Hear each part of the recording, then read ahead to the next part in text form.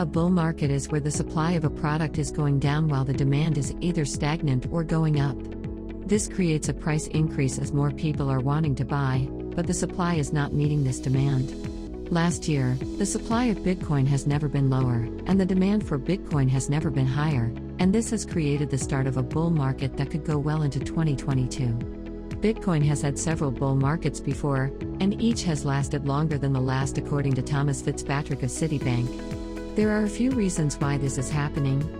1. Distrust of banks. Right now, the big banks of the world control our currency and can see where our money goes and what we spend it on. Some are distrustful at them having this much access to our information. It is also due to the way banks handle money, such as the way they gave out loans to people who could not pay them back in 2007 in the US, which caused the recession of 2009. 2. The potential of a recession. It appears as if the US and the rest of the world will go into some form of recession until after COVID-19 destroyed economies around the world. 3. Wanting a store of value.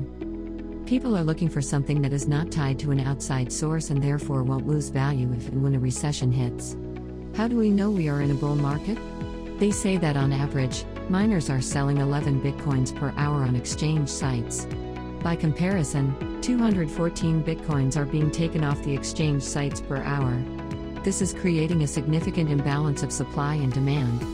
More people are holding bitcoins than before. Bitcoin's price is rising rapidly and is currently worth 23,689 Australian dollars at this moment. If this bull market continues, we could see the price go even higher. The situation we're in may look the same as in 2017, but in fact, it is completely different, as back then no one was holding onto coins, which is one of the reasons the price crashed in early 2018.